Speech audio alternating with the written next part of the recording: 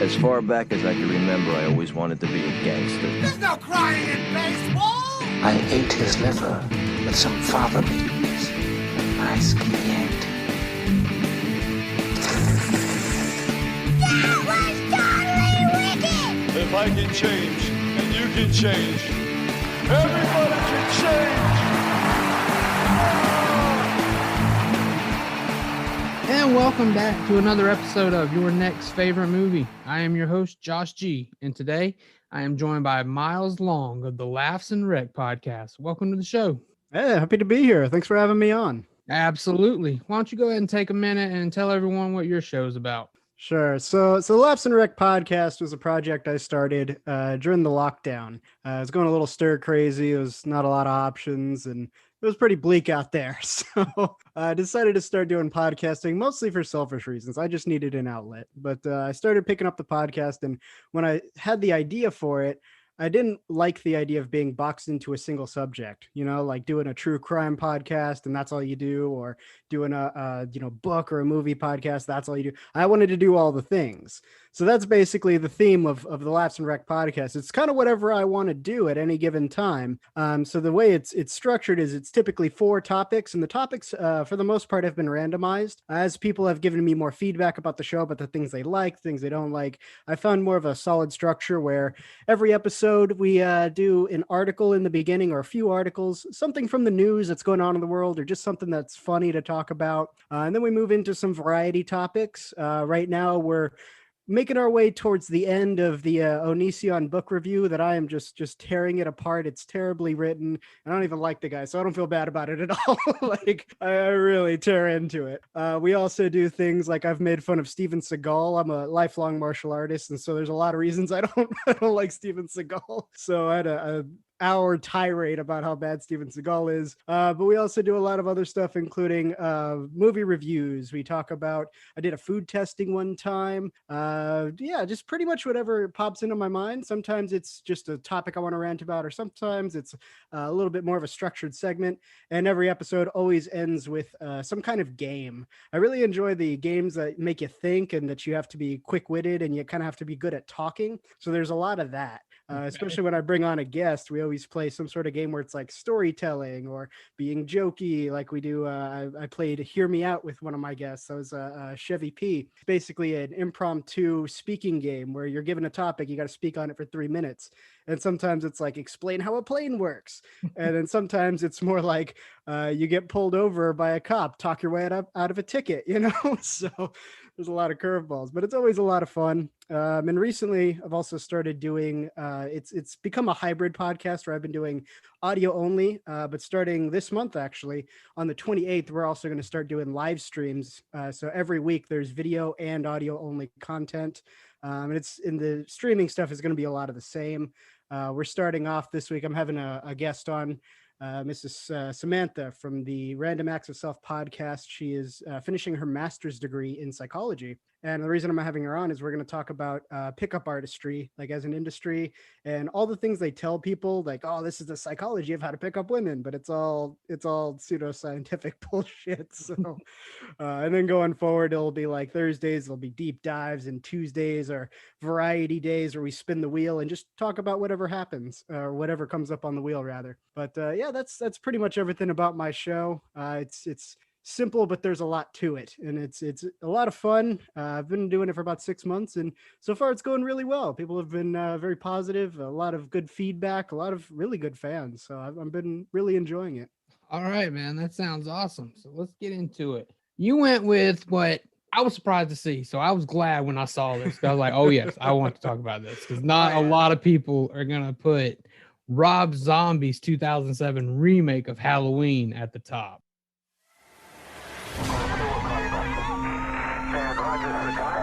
Tonight's brutal murders was described by police as Manson-like in its viciousness. 3 people brutally murdered and a 10-year-old boy being held in custody.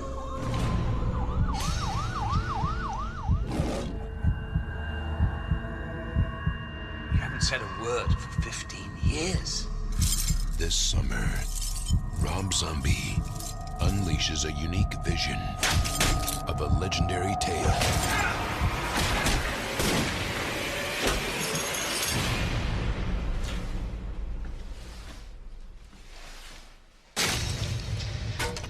Listen, be careful tonight, son. A lot of nutcases come out on Halloween. Is the boogeyman real? Why are you so obsessed with the boogeyman, Tommy?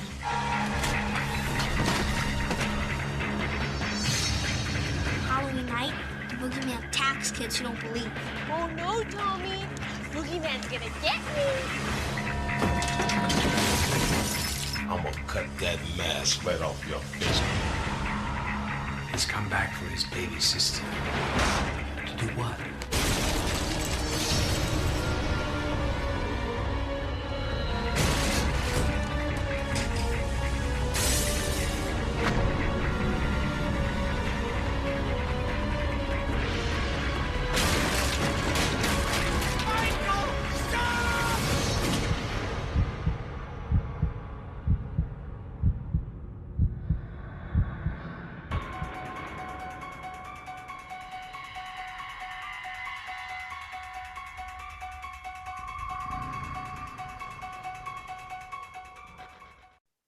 So, when did you first see this movie?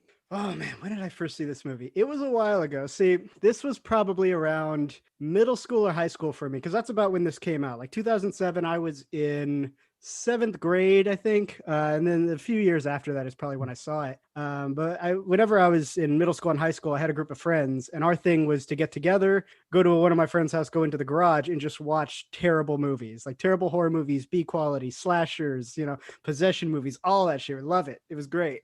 And so before this movie came out, I actually saw the John Carpenter original from 1978. And that was probably one of the first horror movies, period, I was ever introduced to. So I really enjoyed it. It was probably at first one of my favorite movies. And then as I started to watch more and more, and kind of broaden my horizons in terms of 80s movies, I did like Nightmare on Elm Street better.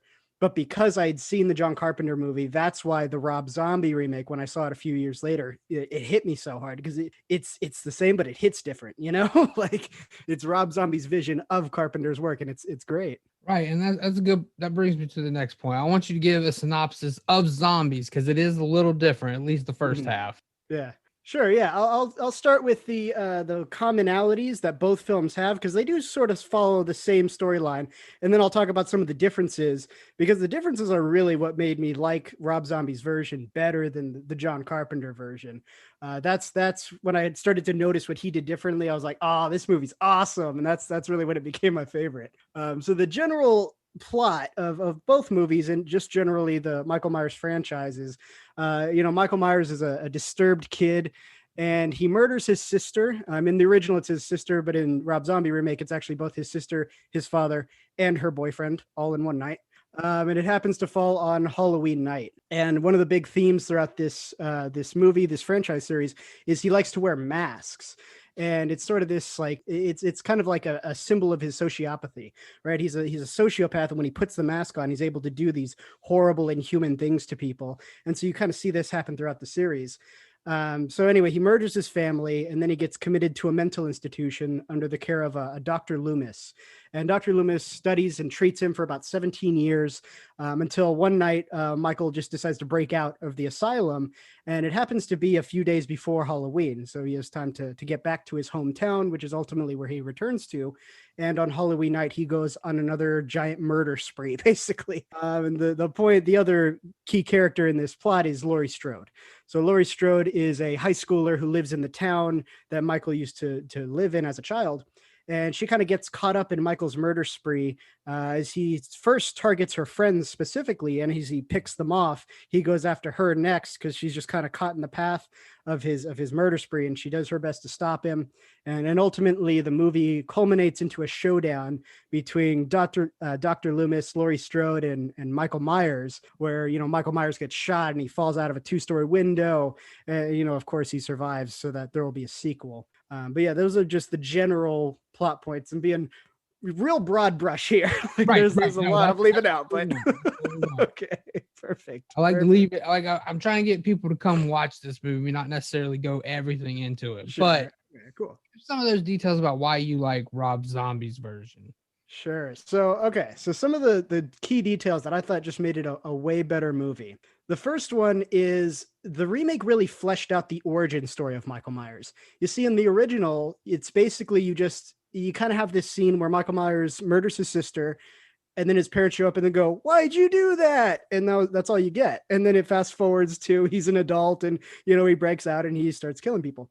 So there's really never a good explanation for why he does the things he does. But it was the 70s. So the conventions of the time for making movies, especially horror movies, they didn't really need motivation for a killer to do things, right? They would just go, he has mental problems. And that was just kind of the panacea through which, all the explanations were filtered.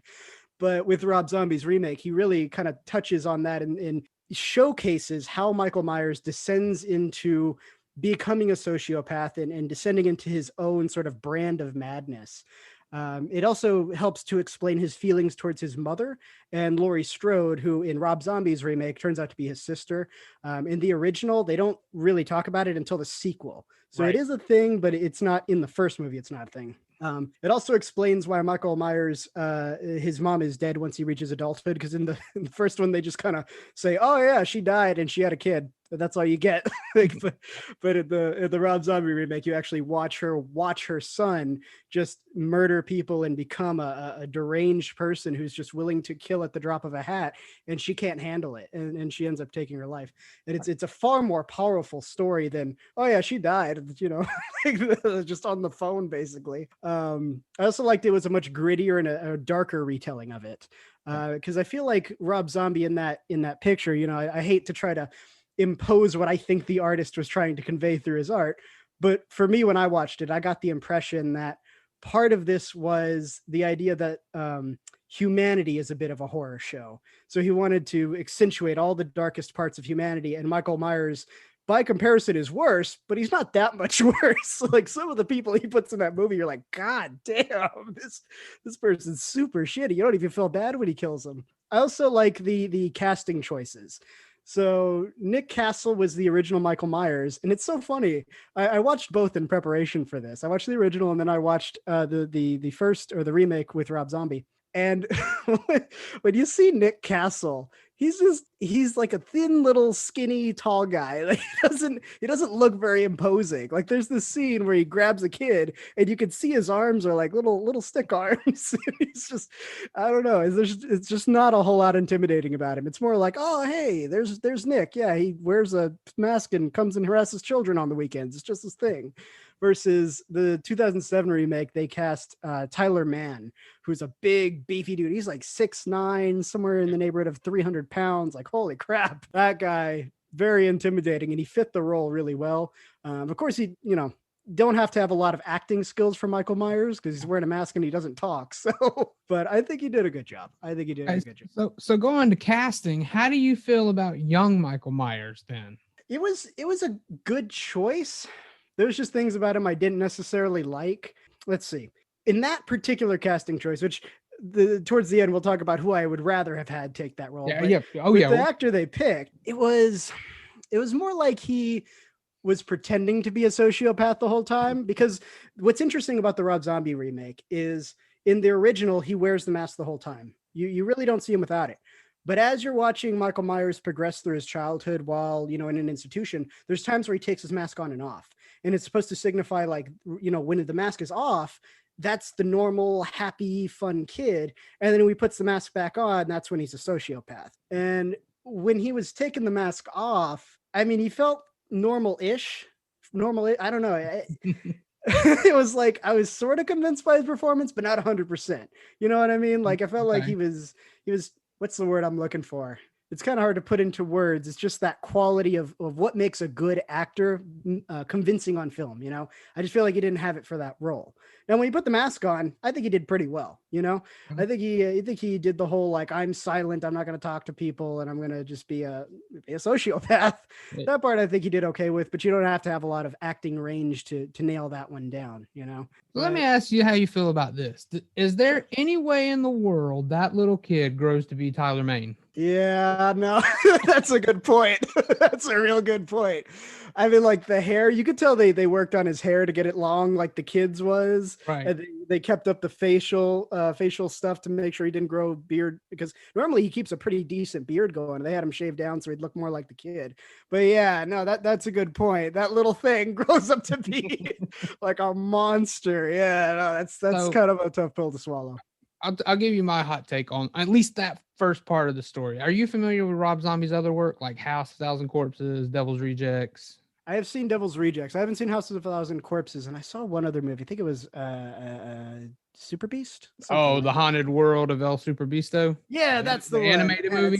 It's been a long time, but yeah. Well, before the Devil's Rejects was House of 1,000 Corpses, but they both have the Firefly clan. So you know Otis Driftwood from Devil's Rejects. Yeah. I like to think of this Michael Myers as his origin story instead of Michael Myers' origin story. Right. Because he looks like he could actually grow to be that guy. There's no way I'm buying.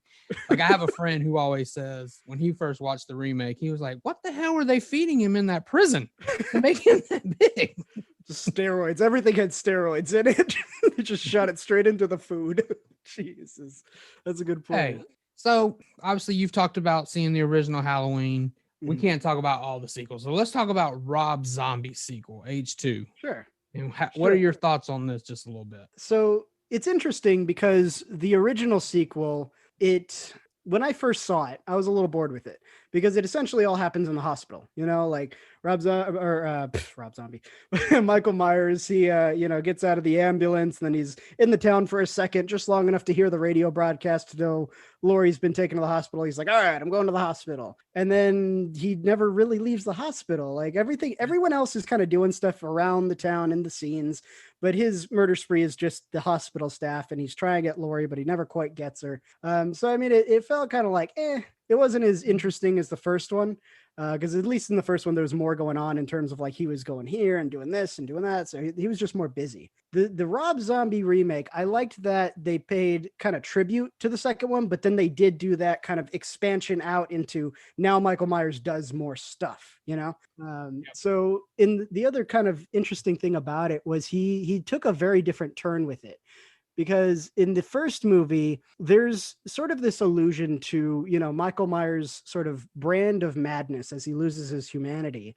And that becomes the main focus of the second movie, right? They really kind of dig into that more than just Michael Myers as a slasher. So you get the hospital scene in the first, probably 20 minutes of the movie. Yep. And then they kind of cut away. And now you're looking at Laurie trying to struggle with what happened to her. She's having a lot of like dark psychological trauma that she's dealing with. She's going in like this downward spiral. And then they introduce the white horse motif, and you see that throughout the movie. And that's a key point. And I kind of like that. And I don't like it for pretty much the same reason. Actually, I'm glad you brought that up. I want to get your thoughts on the white horse. Right. That's such a big thing in this movie, but I feel like if they had kept it going, this could have been, or if they even had just done it a little bit different in the sequel, this could have been a really, really interesting concept to really bring the whole thing together. Because in the original movie, again, you don't really have an explanation for why he does what he does. You don't have an explanation for, well, when Michael Myers gets out of the asylum, how does he know what Laurie looks like? He's never seen her before. I mean, even in the Rob Zombie remake, he saw her as a baby, but he never saw her as like teenager Laurie. So how would he pick her out? And she was supposedly supposed to have like lived in a different town. It was just kind of a coincidence she ended up back there. But the white horse motif is sort of Rob Zombie's answer to that, I feel like, because it's a couple of things. For Michael Myers, it's the guiding force for his sociopathy, right? Whenever he sees the mom in the white horse, she's always telling him he's got to kill people. And he's like, all right, like if your mom's telling you to do something and he's got like a childhood brain, he's gonna do it. So you're like, okay, that makes sense.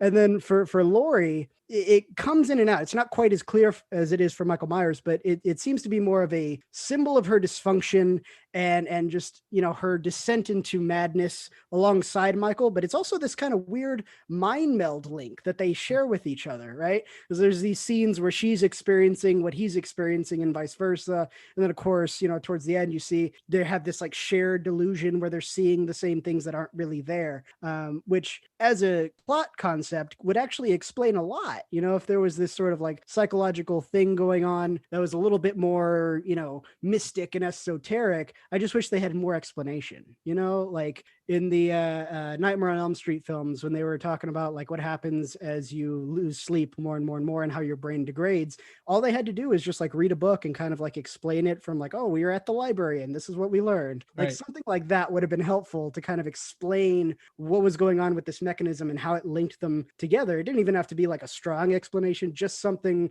for the watcher to go, oh, okay, I see what's happening here and I understand why it seems to work the way it works. And that would have been pretty cool to kind of see that mechanic play out in a little bit of a different way. But if they kept the sequels going, it would have explained why he would have gone after her daughter and, you know, all the other people that he did. So I thought that was kind of interesting. So how do you feel, you know, Rob Zombie, have you heard Rob Zombie's response about the White Horse? Yeah, I saw an interview with him when he was talking about it. And he was like, I was reading through, what was it, like dream analysis stuff. And he was like, it sounded like a bunch of bullshit, but this one sounded kind of cool. So I thought, hey, let's, you know, put it in there. But yeah, I didn't see too much about it besides that, other than he kind of found it as an interesting thing, because I think he was already thinking of taking this in the psychological direction. So it was just a backdrop. And he said it could have been anything, if I'm recalling correct. Well, I'm glad you heard that, because what I've heard, because I've read the Taking Shape book, which has the making of like all of the movies. Oh, interesting. You know, and at the beginning of Halloween 2, they put up the White Horse and what it means, like the angel of death and stuff like that.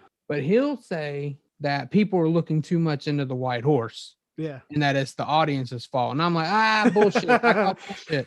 You put it up at the beginning and you feature the hell out of this White Horse. You can't do too much into it. So that makes sense. Yeah. You talked about it. Let's get into it. You remaking a remake. You get to cast your own Halloween 2007. You get to use your own cast. All right. You had some people in mind. Yeah. So typically with horror movies, it doesn't matter who you cast, because they're usually unknowns. You got a big cast of unknowns. Some of them are good, some of them are shit. But really, people aren't there for the acting. They're there for the slashing. They're there for the crazy, you know, horror movie stuff. But I thought about it, and I would like to have more of a star power cast if I were to recast this movie in the future, you know? So for my picks, there's only really, 5 people you need to have in a Michael Myers film. Everybody else is irrelevant. You need to have a good Michael Myers. You need a Laurie Strode. You need a Dr. Loomis. You need Michael Myers' mom if you're doing more on the vein of the Rob Zombie remake rather than John Carpenter's original work. And then, of course, you need a young Michael Myers. So let's start with the young Michael Myers, since that one kind of came up. Yeah. I thought a better pick for a young Michael Myers would have been Julian Dennison, the kid who was in Deadpool 2, the little kid that he met in the asylum. Okay. He's a little bit beefier. He's a little bit on the chunky side, but you could see that kid conceivably becoming a big dude, right? And I think he also has a good kind of attitude for it, because like when he was in Deadpool, that was kind of the story. He was a good kid, and then he got led astray and he became a giant asshole. And if that was allowed to keep happening, he was going to become a murderer. So there you go. It wouldn't be too different of a casting, but I think he could pull it off. The next one, a good Michael Myers mom, I think would be Jessica Lange. I really like seeing her work. She does similar roles in like American Horror Story, right? Where she raises these kids and they're really fucked up, and some of them turn out to be murderers, and she loves them anyway. You know? So like that's not a bad choice. I hadn't thought about it like that, but I kind of like that. That's what she needs. Like that's what's required for this role. So I think she's got it. Now, okay, let's go to Laurie Strode first, because Dr. Loomis was a bit of a tie, but my Laurie Strode, and this is because like I'm kind of crushing on this chick a little bit. Mrs. Chloe Grace Moretz. I think she would do excellent in that role. I just like her as an actor in general, but she has a lot of like the conventionally attractive features that a Laurie Strode traditionally has. Yep. But I think she has a little bit more acting range than like what was her name? Scout, the one in the Rob Zombie remake. Scout Taylor Compton, yes. Yes. I think she has a little more acting range than her. I don't know if she can be, Jamie Lee Curtis, but we can't cast Jamie Lee Curtis anymore. She's a little bit out of the age range. So no, I think that would be a fun, fresh face to put into that role. And I think she could do a good job. I think she should really grow into it. Dr. Loomis, this one I was a little bit split on, because there are 2 actors I do want to put in this movie somehow. And at first I was trying to wrestle with who gets what role. Because you can always, I'll help you out by saying you always have Sheriff Brackett. He's a pretty decent sized role in these movies. Oh, that's true. I didn't even think of that. Yeah, Sheriff Brackett. So if you need to get 2 in, Sheriff Brackett's the other role to get 1 in. Okay. Because one of these guys, I could actually see being an interesting Sheriff Brackett. There you go. Okay. All right. Okay. So Dr. Loomis, it was between Tom Hardy and James McAvoy.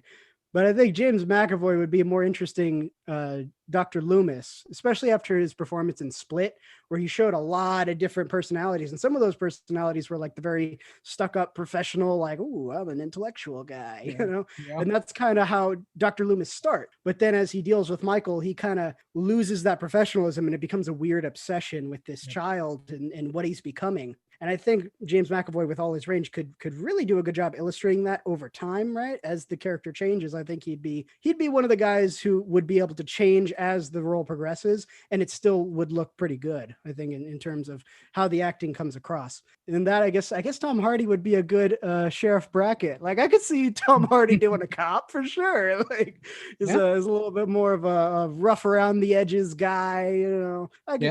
I like that. I was gonna say maybe he could be a decent Michael Myers, but just because I want to give him work. He's a good actor. I like seeing him and stuff, but I'd rather Sheriff Brackett. That way he's not wearing the mask all the time. You can actually see him and he can do some acting.